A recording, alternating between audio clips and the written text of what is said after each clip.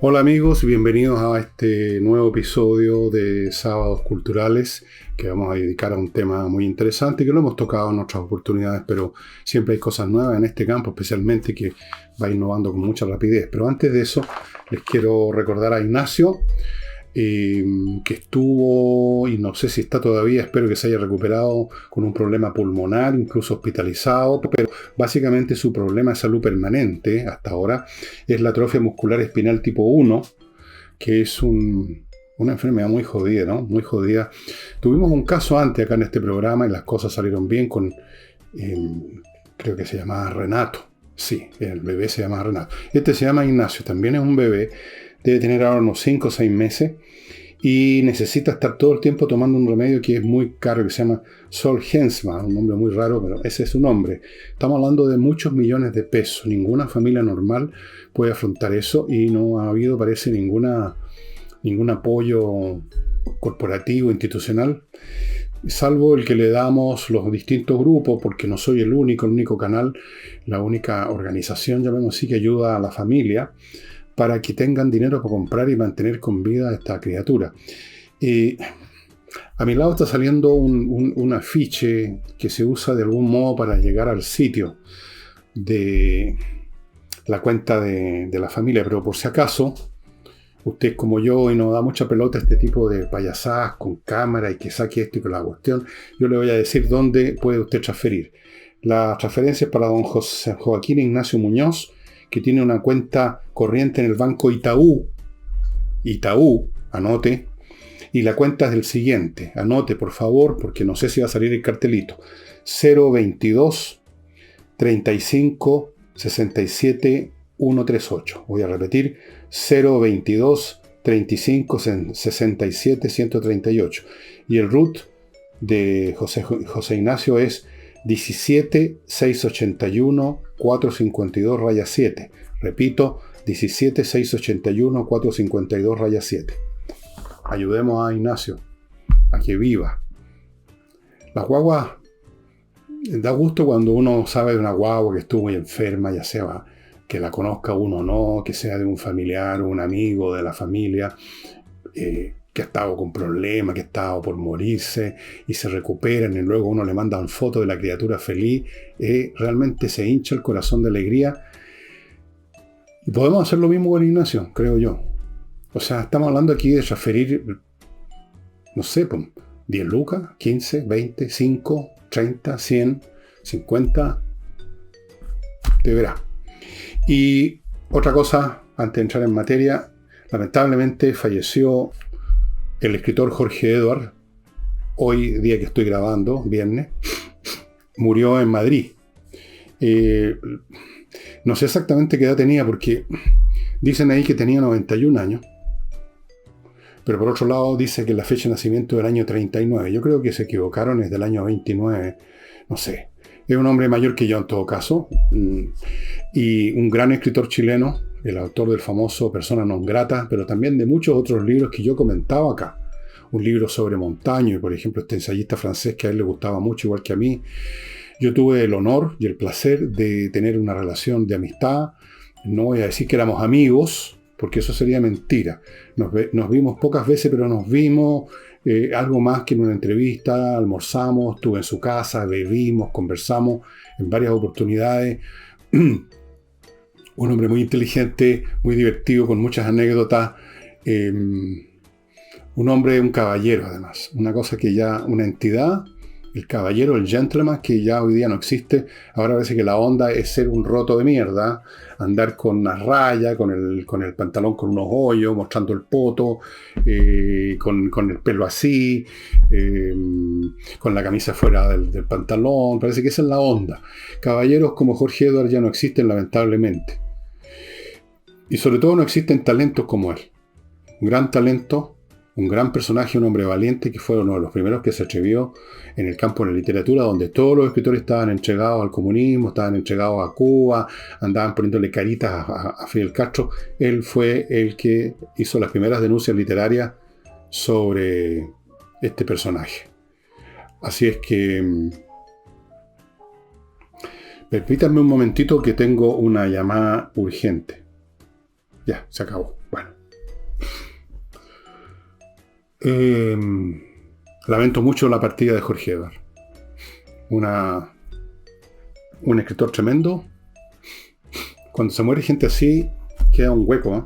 Queda un hueco que nada lo tapa. Quedan sus obras también. Quedan sus obras. Voy a dedicarme, ya no a este domingo, porque me preparé para otro autor, pero de este domingo al otro voy a tocar a Jorge Edwards, de todas maneras.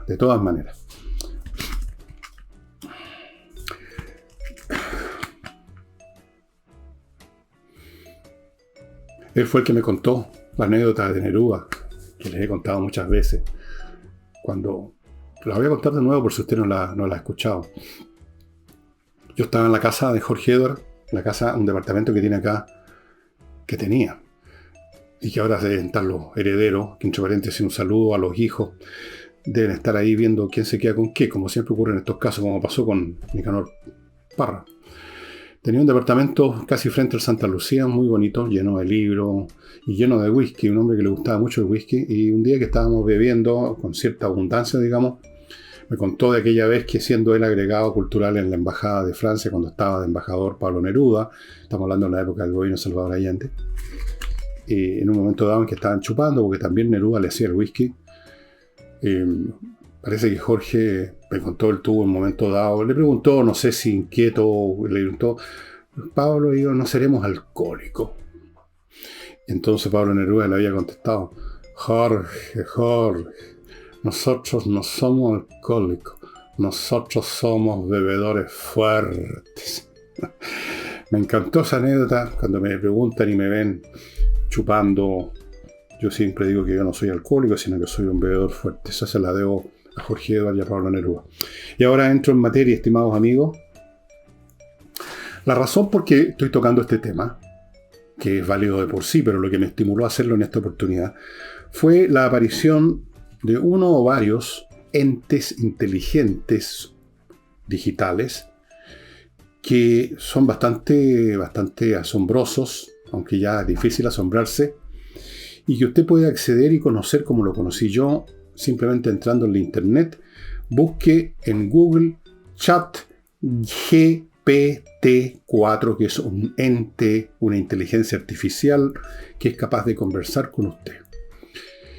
Yo hice la prueba y para ver la manera como se movía cuando uno no simplemente hace preguntas en que el computador tenga cierta facilidad de buscar simplemente una información y darla, de preguntarle como uno hace en Google, sitios de que se juega ajedrez o cosas como esas, sitios porno, lo que sea. No, preguntas o afirmaciones incluso sinuosas, a ver cómo se las arreglaba este programa. Y si bien obviamente que no es un Jorge Edwards conversando o un Pablo Neruda, se las arregla bastante bien.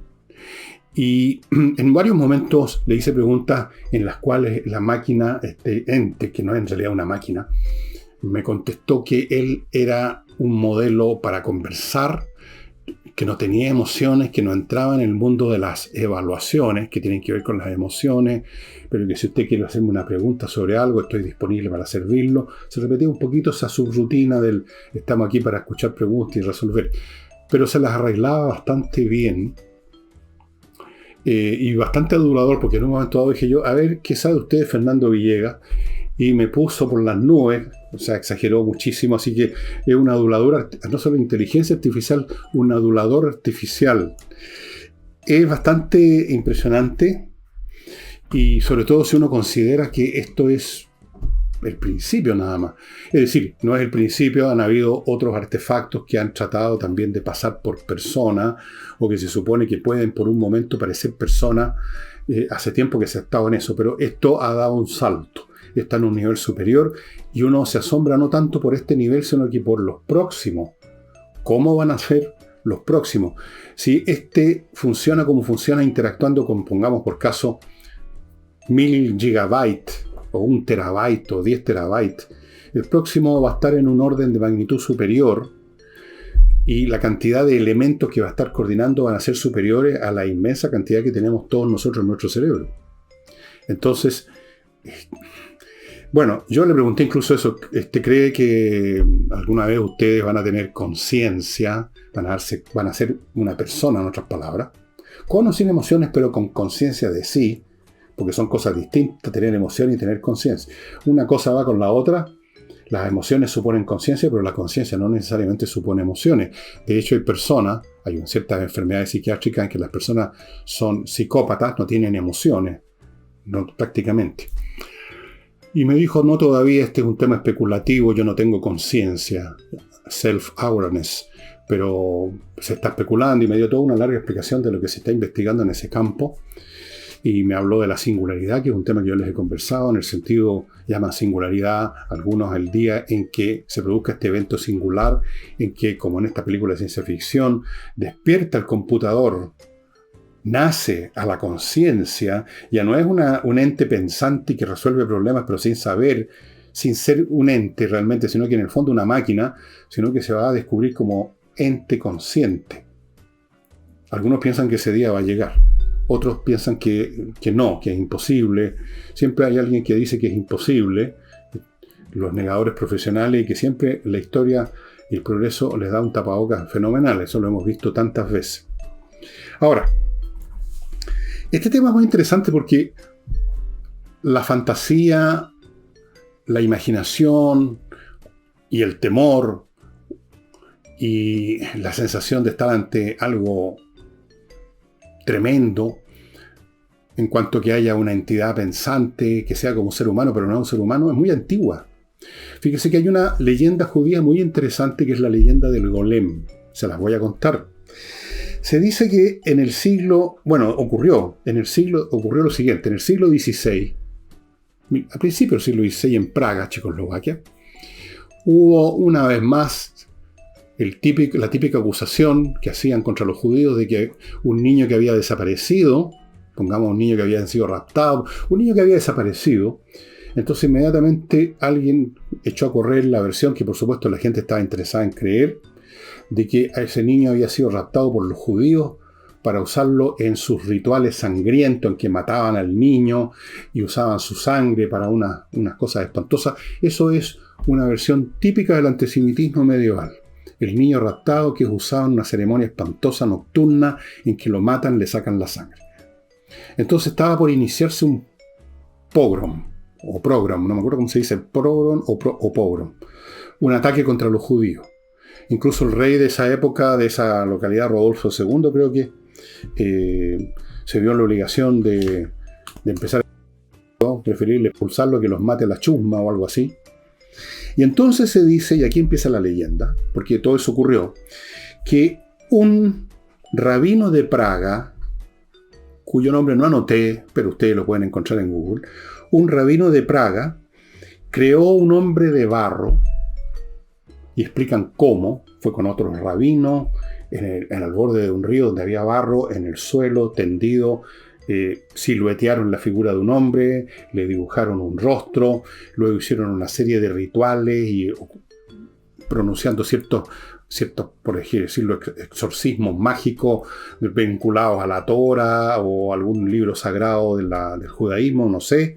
El hecho que hicieron una serie de rituales, y ese hombre de barro cobró vida con el objeto de salvar a la comunidad judía.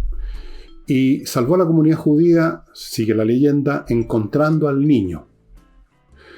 Que resulta que el propio padre del niño lo había escondido en un sótano para iniciar esta persecución contra los judíos. Entonces el hombre de barro, que se llama Golem, lo recuperó y lo llevó a la corte donde estaban por juzgar a alguien en fin. Y se termina la historia ahí, por lo tanto es salvada la comunidad judía, pero ahí no termina la leyenda. Resulta que el Golem, digamos, empezó a crecer. Yo he visto una película sobre esto, no me acuerdo en qué época la vi, pero creo que hay varias películas. Empezó a crecer, y empezó a matar gente, y no solamente a matar gentiles, o sea, no judíos, sino que también a judíos. Y entonces el rabino tuvo que borrarle una de las letras que habían inscrito en la frente del Golem. No sé cómo el Golem le permitió que hiciera eso, si ya estaba tan malo, y lo mató. Esa es la leyenda del Golem, o sea, una entidad humanoide, pensante, autónoma, que actúa por su cuenta y que incluso se puede salir de la ley, digamos así. Más o menos la historia de Frankenstein, solo que en Frankenstein no hay una máquina, no hay una entidad creada, digamos, de una materia inerte como el barro, sino que de piezas de cadáveres. En cierto sentido está también presente el mismo patrón mental de una criatura creada por el hombre. Frankenstein, el monstruo de Frankenstein es creado por el doctor Frankenstein. Golem es creado por estos rabinos o exorcistas judíos. O sea, la idea de que exista una entidad pensante que no es humana es bastante vieja y seguramente si nos remontamos más atrás en el tiempo nos vamos a encontrar, por ejemplo, con la mitología de Creta, la sociedad, la civilización minoica, donde existe un ente de bronce gigante, un guerrero que se llama Talos, como me dicen a mí en mi familia, Talos. Talos, un guerrero de bronce que todos los días daba 3 vueltas alrededor de la isla de Creta para defenderla de los posibles enemigos. Y también hay una película que se llama Jason y los Argonautas, una película del año 60 que ustedes pueden encontrar en YouTube fácilmente, muy entretenida además, donde hay un episodio en que despiertan a Talos y casi dejan la crema. El guerrero de bronce era un tremendo, era un guerrero como de, a ver, imaginemos unos 10 pisos de altura, o sea, una cosa grande, alta, 30, 40 metros. Siempre está presente la idea del artefacto que se conduce como una persona que tiene voluntad, que tiene propósitos y que no es humano. Es un viejo elemento, una fantasía o un temor o las dos cosas humano de siempre. De siempre. Bueno, y tenemos los zombies. La teoría del zombie, la historia de los zombies, la mitología del zombie, de la cual ahora hay como 800 millones de películas y seriales, viene de Haití, donde se supone que hay unos tipos que con unos ciertos rituales pueden levantar de su tumba un cadáver y convertirlo en un esclavo, y que para eso los hacen revivir a esos cuerpos descompuestos. Supongo que buscan un cuerpo que no esté tan tremendamente descompuesto, los brujos. Y bueno, ahí tenemos otra entidad que ya no es un ser humano, pero que se comporta, que lo usan como esclavo en las plantaciones. Es una vieja historia que ahora se ha convertido en película. Claro que los zombies de las películas son un poquitito peores que estos otros, son simplemente trabajadores, por así decirlo, que no cobran sueldo.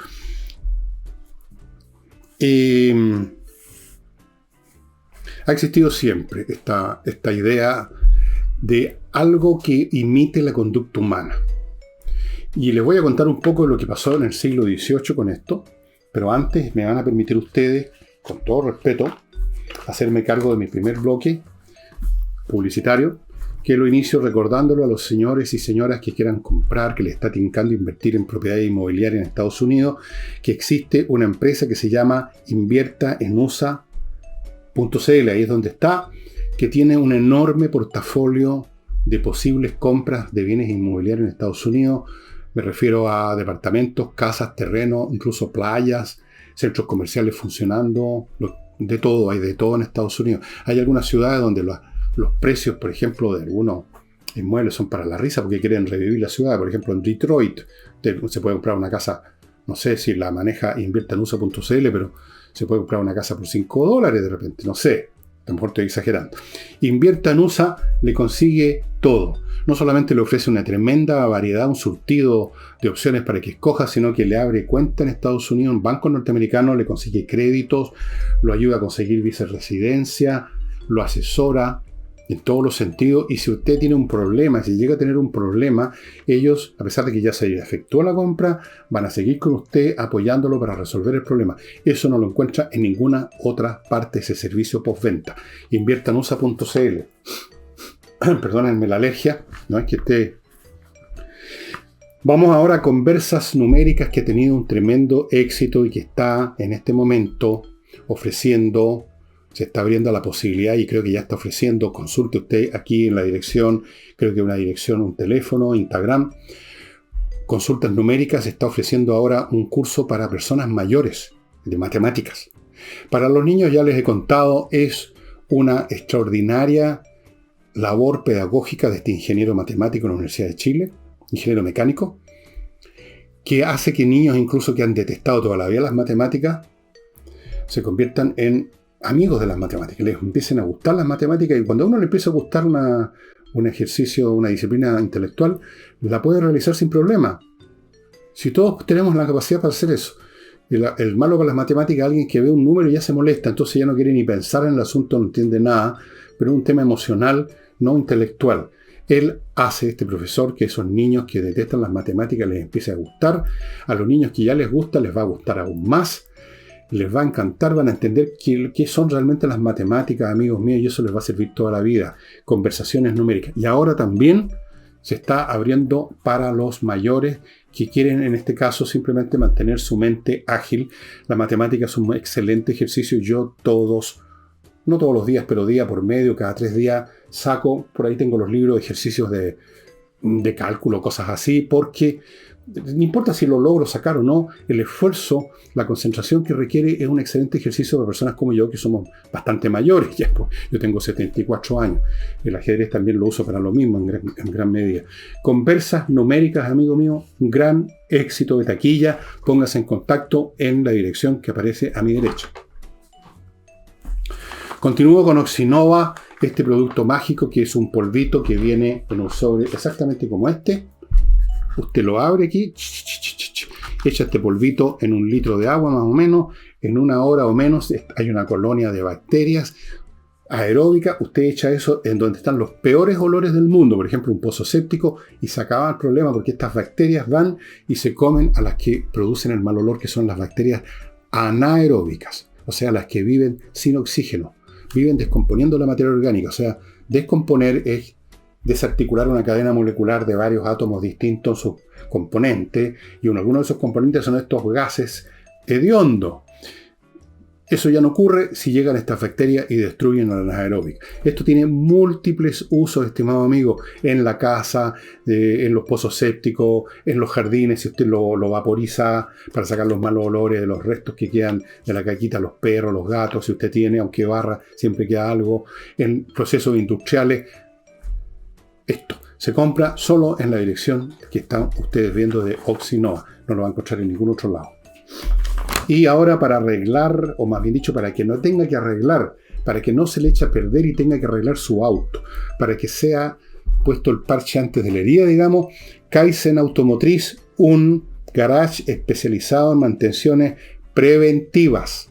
También pueden reparar un auto que ya está con un problema, pero lo interesante es que ellos tienen todo un equipamiento y una tecnología y un protocolo, digamos, de operativo para detectar un auto que parece que está perfectamente bien, que usted llevó. Yo lo hice con un auto de mi hija, estaba funcionando, pero encontraron cosas que va a haber que reparar para que no se eche a perder en cualquier parte. Los autos se echan a perder cuando uno lo está usando. Por lo tanto, por necesidad lógica, uno queda botado en algún lado. Uno no queda en pana en la casa, uno queda pana en una calle, en una avenida, en una carretera. ¿No es verdad? Kaizen Automotriz, que no le pase. Prevenir. En el siglo XVIII, y de esto es un tema que yo he hablado y les he mostrado libros y se los voy a mostrar de nuevo, se había desarrollado ya hasta un grado de gran perfección el arte de la mecánica relojera, llamemos así. Llamo mecánica relojera no simplemente a la que se requiere para hacer un reloj, sino que a mecanismos de relojería, o sea, en que hay montones de piezas de distinto tipo, engranajes, excéntricas, piezas que se mueven así cuando pasa cierta cosa. Bueno, si usted mira para adentro cómo está hecho un reloj, se va a darse cuenta lo maravillosamente complejo que es. Pero cualquier mecanismo, un motor de auto, es un montón de piezas complejamente organizadas. Bueno, en el siglo XVIII se desarrolló gracias a la relojería y a las artes y técnicas que se desarrollaron para hacer piezas pequeñas y para pensar en términos de mecánica racional, digamos, que al mover esto pasa esto otro. Se desarrollaron artefactos a cuerda, artefactos artificiales capaces de hacer cosas increíbles. Increíbles. Y que están algunas de ellas explicadas en un libro que yo les he recomendado miles de veces aquí de Edgar Allan Poe, que se llama El jugador de ajedrez de Maelzel, que era supuestamente un robot que jugaba ajedrez. Y la historia de ese robot que jugaba ajedrez, que se llamaba el Turco, está contada en este libro, El Turco, de Don, ¿cómo se llama este caballero? Tom Standage. El Turco era un artefacto lleno de piezas que creo que aquí no hay. Sí, aquí hay una. Voy a mostrarle una ilustración. Era una mesa con un tablero y aparecía un turco con turbante y todo que supuestamente jugaba ajedrez. Por supuesto no era así. Lo ingenioso era cómo parecía jugar ajedrez. Había alguien escondido dentro. Lo ingenioso era cómo no se notaba que había alguien escondido. Cómo los movimientos eran transmitidos con una serie de mecanismos. Eso sí que eran realmente mecanismos efectivos, funcionales, para que el turco moviera la mano y desplazara las piezas en el tablero. Pero eso forma parte de una tradición. Eso fue posible, fue creíble en su momento, porque muchos creyeron que era una máquina, porque se había desarrollado en la realidad montones de máquinas de una increíble complejidad que ustedes no se pueden imaginar. Y hay una película, también se lo he mencionado, de Scorsese, me parece, que se llama Hugo, donde aparece un personaje que hace este tipo de cosas. Si leen el libro de Poe sobre el jugador de ajedrez Meltzer, ahí les cuenta de varios de estos mecanismos que uno no puede creer que habían llegado a tal nivel de perfección. O sea, estamos hablando de figuras que con un montón de piezas se las arreglaban para tocar la flauta, tocar un piano, subir o bajar de un coche, el coche avanzaba con unos caballos que andaban de verdad. Todos eran mecanismos, piezas que se conectaban unas de otras para que en cierto momento, bueno, como un reloj, que a partir de cierto momento se mueve el segundero así, otro se está moviendo un poco más despacio, hay una pieza adentro que se está moviendo que pone, aquí te tiene fecha, otros tienen un montón de otras cosas. Todo eso son mecanismos. Entonces, en un mundo en que se había llegado a tal perfección en los mecanismos, era posible creer que había un mecanismo que jugaba ajedrez. O sea, estaba presente también esta ilusión, esta fantasía de que era posible crear una entidad inteligente, humana o humanoide, capaz de hacer cosas que hacen los humanos, como jugar ajedrez o lo que sea, o rescatar a un niño como el golem. La explicación que dio Allan Poe para entender cómo funcionaba esto fue muy brillante, un ejercicio de lógica excepcional que yo una y otra vez he dicho debieran estudiarlo en los colegios.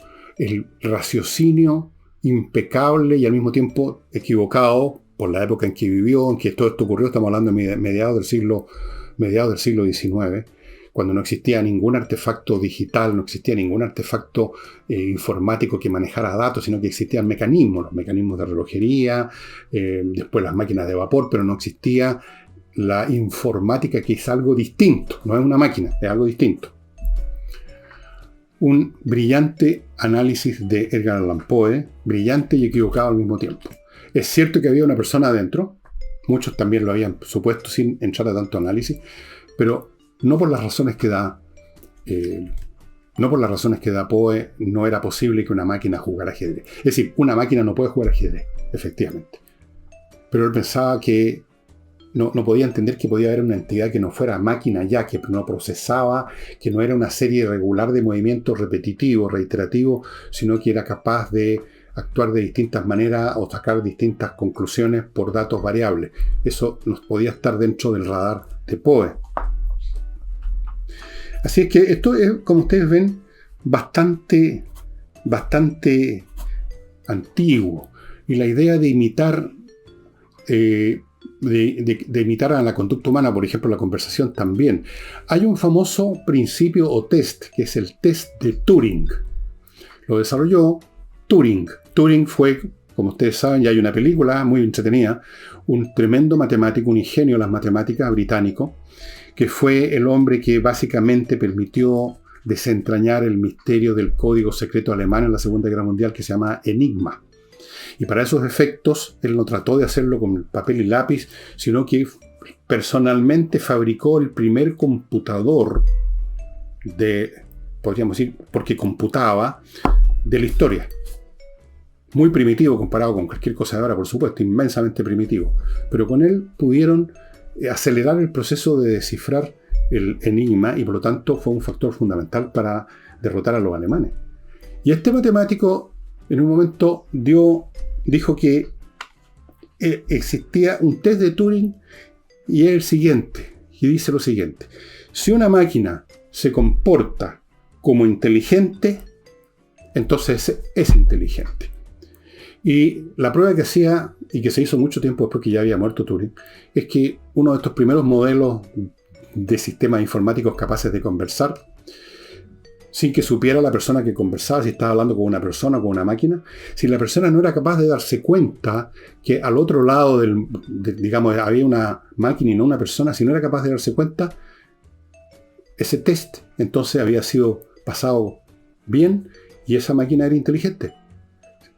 Si uno no era capaz de decir, no, esta conversación evidentemente que es una cosa artificiosa, maquinal, esto es una máquina, no es un ser humano. Si uno no era capaz de distinguir en esta conversación sin ver al interlocutor que era humano o no, entonces si no era capaz de hacerlo significaba que había pasado el test de Turing.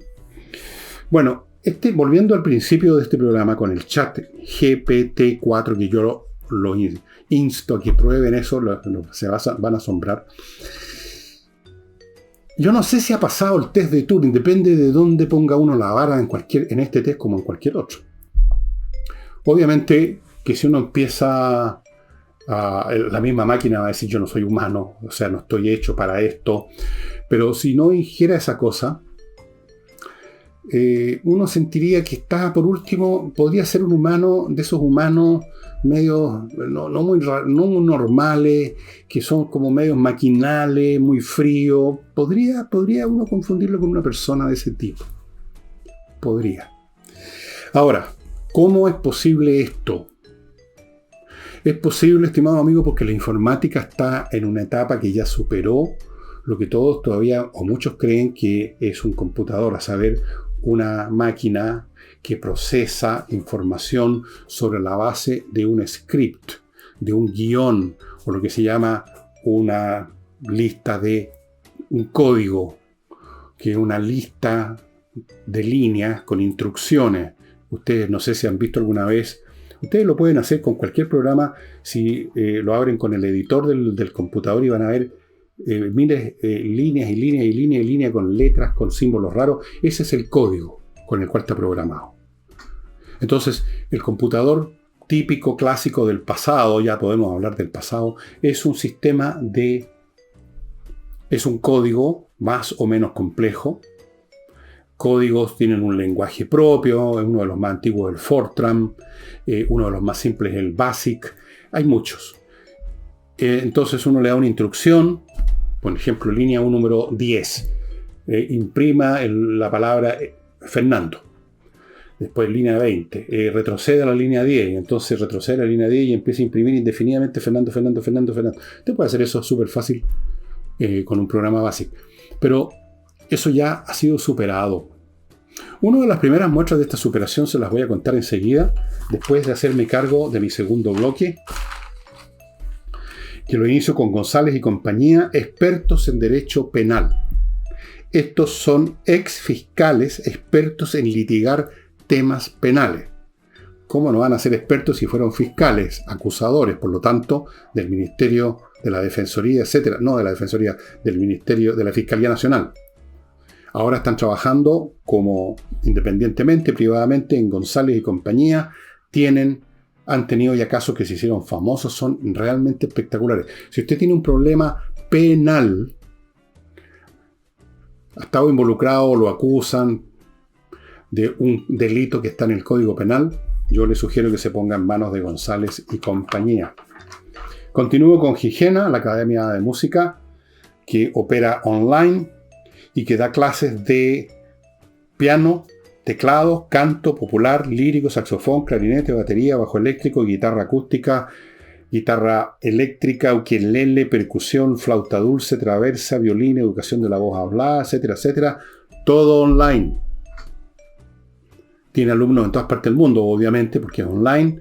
Son excelentes las clases si usted quería aprender algún instrumento que siempre le tincó, pero nunca se metió a estudiarlo. O alguna vez estudió un poco y después lo dejó, algo se acuerda de cómo se afina una guitarra, qué es lo que es do mayor o qué cosa, entre aquí y va a recuperar eso que perdió. La música es maravillosa, sobre todo cuando se toca. Y las clases online son muy buenas. Si usted tiene la menor duda, pida una clase de demostración gratuita, estimados amigos. No pierde nada. Ahí está la dirección de la Academia Gigena. Continúo con Miclimo, la mejor climatización que usted pueda conseguir en nuestro país. Para su casa, su oficina, una climatización integral para todo el año con los mismos dispositivos, silenciosos, accionados con energía eléctrica, por lo tanto totalmente limpio, no hay humo, no hay combustión, no hay peligros. Control remoto, usted lo puede operar desde fuera de su casa, filtra en el aire, lo tienen todo, la mantención y la instalación es de lo mejor. Han ganado premios, como repito, en Miclimo por esas materias. Miclimo.com. Y termino recordándoles a propósito de código y procedimientos y protocolos. En las máquinas son los, o eran, ya les voy a explicar que ya no tanto, los códigos, la lista de líneas de instrucciones. En cierto sentido, los seres humanos también tenemos eso, mucho más desarticulado, mucho más inarticulado en general, el resultado de crecimientos personales, de instrucciones que recibimos alguna vez por aquí, otras por allá. A veces hacemos las junturas mal hechas, un despelote, la verdad, estamos recontra mal armados. Bueno, aquí tiene una manera de a ese niño diloso de su familia darle una formación intelectual de primera, generarle un sistema operativo, un código de primera que le va a servir toda la vida con el ajedrez. Y cómo, siguiendo el curso de ajedrez que empieza en abril, con 5 niveles distintos, en directo vía Zoom, una vez a la semana, a las 6:30 para los niños, a las 8 de la noche para los adultos. Los cursos son súper entretenidos, yo sé porque tengo un niño, hay un niño en mi familia, de la familia de mi hija menor, que ha seguido estos cursos y va a seguir otros más, porque no solo es entretenido, sino que, así como usted cuando va al gimnasio siente que está cada vez con más fuerza, que puede correr más rápido, que puede levantar más pesas, el niño que estudia ajedrez siente que tiene más capacidad intelectual, que entiende más rápido todo, que procesa más rápido, que es más inteligente, en otras palabras, digámoslo así. Espacioajedrez.com, amigo. Si usted entra con su niño juntos, son 2 o más de la familia, descuentos de precios que ya son bajos. Fuera de eso, 6 cuotas sin interés. Yo no sé qué más se puede pedir. Esto del código todavía es válido para muchos programas, por supuesto, pero ya se pasó a una etapa distinta en que los sistemas informáticos, llamémoslos así, no computador, que es el aparato físico, es la plataforma del sistema informático, están empezando a aprender por su cuenta, o sea, a generar su propio código, si es que podemos llamarlo código todavía. Ustedes conocen la historia de un programa de ajedrez que lo desarrollaron ahora unos 4 años, más o menos 3-4 años. Normalmente los programas de ajedrez, como todos los que tengo yo por millones que usted puede tener, es un código, es un script gigantesco, repleto de instrucciones de cómo se mueven las piezas, cómo se valora, cómo se calcula el árbol de análisis, millones de cuestiones. Esto funcionó de otra manera. Le enseñaron lo básico, cómo se mueven las piezas y cuál es el propósito, que es dar mate al adversario. Nada más. En 3 horas, aprendiendo, jugando millones de partidas contra sí mismo, sacando conclusiones y armando una base de datos, se convirtió en el equivalente a un gran maestro internacional de ajedrez en 3 horas. Es una locura. Hoy en día hay varios de estos. Tienen distintos nombres, Laila, Fat Fritz, hay varios. Cada día hay más. No son tratables, son intratables. No hay ningún jugador humano, incluyendo a Magnus Carlsen, el campeón mundial, que pueda con ellos. Ni siquiera con piezas de ventaja. Yo he seguido varias de estas partidas entre un computador, entre estos sistemas que han aprendido por su cuenta y un jugador fuerte, y es simplemente impresionante. Es impresionante cómo juega. Es como ver jugar a Dios, digamos, una cosa. Jugadas que nunca se le habrían ocurrido a nadie. Cálculos que van... Y eso fue a las 3 horas. ¿Cuánto más van a progresar? ¿Cuánto más están ya progresando? Piensen ustedes qué va a suceder cuando alguno de estos entes, que se le enseña no a jugar ajedrez, sino que se le enseña a diseñar programas computacionales, cree un programa. Imagínense ustedes cómo esto va exponencialmente aumentando. Un programa valor 100 va a producir uno valor 10.000, que va a producir uno valor 100 millones. Y es lo que ha llevado a la pasadita, a este chat GPT-4, que todavía no es nada comparado con lo que viene. Y es lo que ha llevado a que otras personas del ámbito de la inteligencia artificial piensen que se viene la singularidad, porque ellos dicen, a partir de cierto nivel de complejidad, explota la conciencia, emerge la conciencia. ¿Cuál es ese nivel? Desde luego no sabemos qué animales que tienen cerebros complejos, pero menos complejos que nosotros quizá. Bueno, hay algunos que los tienen bastante más grandes que nosotros, pero no sé si más complejos. No sabemos qué clase de conciencia tienen, pero sí sabemos quienes sí tienen. Sabemos que nuestras mascotas tienen conciencia, tienen conciencia de sí mismos, eso es evidente. No son máquinas. Los caballos, los perros, los gatos, probablemente las ratas también, aprenden cosas. Eso está recontra demostrado. ¿En qué momento deja la conciencia de existir porque ya no es suficientemente complejo el sistema nervioso? No lo sé. Probablemente quizás las hormigas no tengan conciencia como hormigas individuales, quizás hay una conciencia colectiva ahí. No tengo idea, y yo creo que nadie tiene idea de esto todavía, deben haber muchas especulaciones. Pero yendo ahora al revés, creciendo en complejidad, es probable que llegue un momento en que al crecer en complejidad se despierta. Se despierta un poco lo que pasó con nosotros. ¿Usted tiene alguna conciencia de haber tenido conciencia cuando era guagua? ¿Cuando tenía un mes? ¿Cuando tenía 5 meses? ¿Es simplemente un tema que se le olvidó? Todos recordamos algún momento en que éramos guagua. Yo recuerdo alguno, ustedes recordan lo suyo, en que siendo guagua, claramente yo era guagua, usted era guagua. Tuvimos un pensamiento, tuvimos una conciencia. Pero, ¿cuánto teníamos ya? ¿8 meses? ¿10? ¿5? O sea, hay un momento, por lo tanto, para atrás en que no teníamos el cerebro, que se estaba multiplicando las neuronas a una gran velocidad al principio, pero tiene que haber habido un momento en que no teníamos conciencia.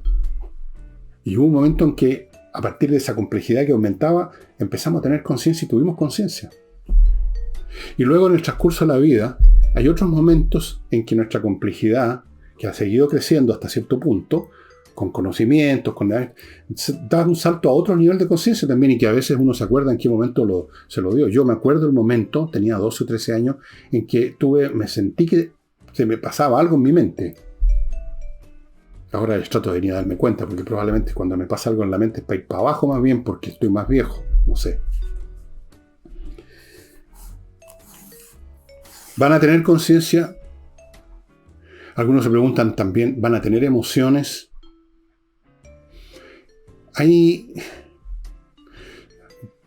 Mi sensación es que las emociones tienen que ver ya con mecanismos vinculados a un organismo, porque son los organismos los que tienen, todo organismo, incluso los organismos más simples, tienen ciertos mecanismos que tienen que ver con satisfacer o no satisfacer una necesidad biológica. Esa es la raíz de la cual brota todo para arriba en términos de emociones. Lo que duele, lo que no duele, lo que da placer, lo que da dolor. Y de ahí empiezan las derivadas que en un momento dado, en su forma más compleja, irradian conscientemente como una emoción de amor, por ejemplo, que a lo mejor tiene que ver simplemente con una satisfacción orgánica. Y si usted no tiene un organismo, toda esa parte desaparece. Pero eso no necesariamente elimina la conciencia. Uno puede tener, yo creo que se puede tener conciencia sin emociones. Ahora, ¿qué clase de conciencia es esa? Evidentemente muy distinta a la conciencia humana. Porque la conciencia humana tiene mucho que ver con las emociones que la hacen funcionar para un lado o para el otro. Como decía Schopenhauer, la mente, la razón, es el instrumento de la voluntad, de las pasiones. Si uno quita ese elemento, la conciencia seguramente cambia completamente. A lo mejor queda en estado de inerte, si no hay un propósito, si no tocan un botón. Pero una vez que lo tocan y uno le dice a la máquina, empieza a jugar ajedrez.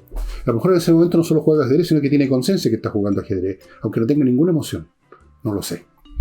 Pero vivimos tiempos muy especiales, estimado amigo, en esta materia, y nuestros hijos y nuestros nietos especialmente van a ver un mundo completamente distinto. Más distinto de lo que fue el cambio en el siglo XIX del esfuerzo muscular a la máquina de vapor. Aún más grande que eso. Y está involucrado en esto el destino de nuestra raza. ¿Qué va a ser de nosotros cuando esté todo en manos, como ya crecientemente está ocurriendo, del sistema informático? Ahora que son especializados nada más, hacen cosas, pero por Dios, máquinas, herramientas, fábricas enteras que operan con muy poca gente. No lo sé, no lo voy a ver, yo no lo voy a ver, usted lo va a ver si es más joven, no lo sé. El hecho es que los invito a que entren al chat GPT-4 y hagan la experiencia. Pregunten por su nombre. ¿Quién es? Si usted se llama Juan Pérez, ponga, ¿conoce a Juan Pérez? Y a lo mejor va a aparecer usted. Porque resulta que pueden haber muchos Juan Pérez, pero es usted el Juan Pérez que está en tal o cual dirección de su computadora, y con eso van a llegar a usted, al Juan Pérez que es usted. Y si es más conocido por otra razón, como por desgracia soy yo por haber estado en televisión esas leceras, bueno, con mayor razón van a encontrar una base de datos y van a armar un cuento. Converse con la máquina y me cuenta después qué le pareció. Y eso sería todo por hoy, estimados amigos.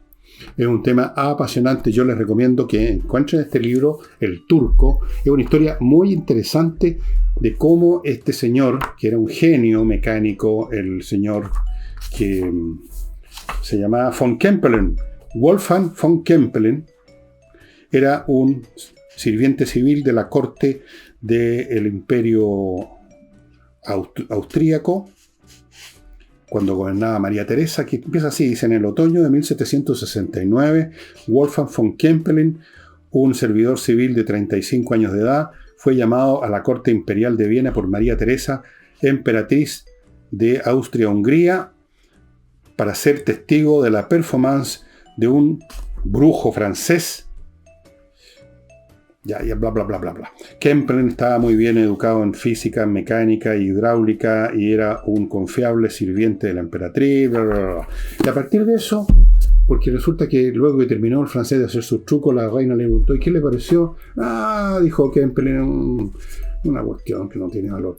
Sí, le dijo la que traiga usted algo mejor. Y ahí fue cuando a Kempelen se le ocurrió crear este supuesto jugador de ajedrez, el turco. La historia es súper entretenida. También los invito a que consigan, está gratis, lo van a bajar y lo pueden leer, no es muy largo. Esto, El jugador de ajedrez de Maelzel con Z, Maelzel, de Edgar Allan Poe, un tratado de lógica impecable y al mismo tiempo equivocado, pero la razón por la cual es equivocado es muy interesante.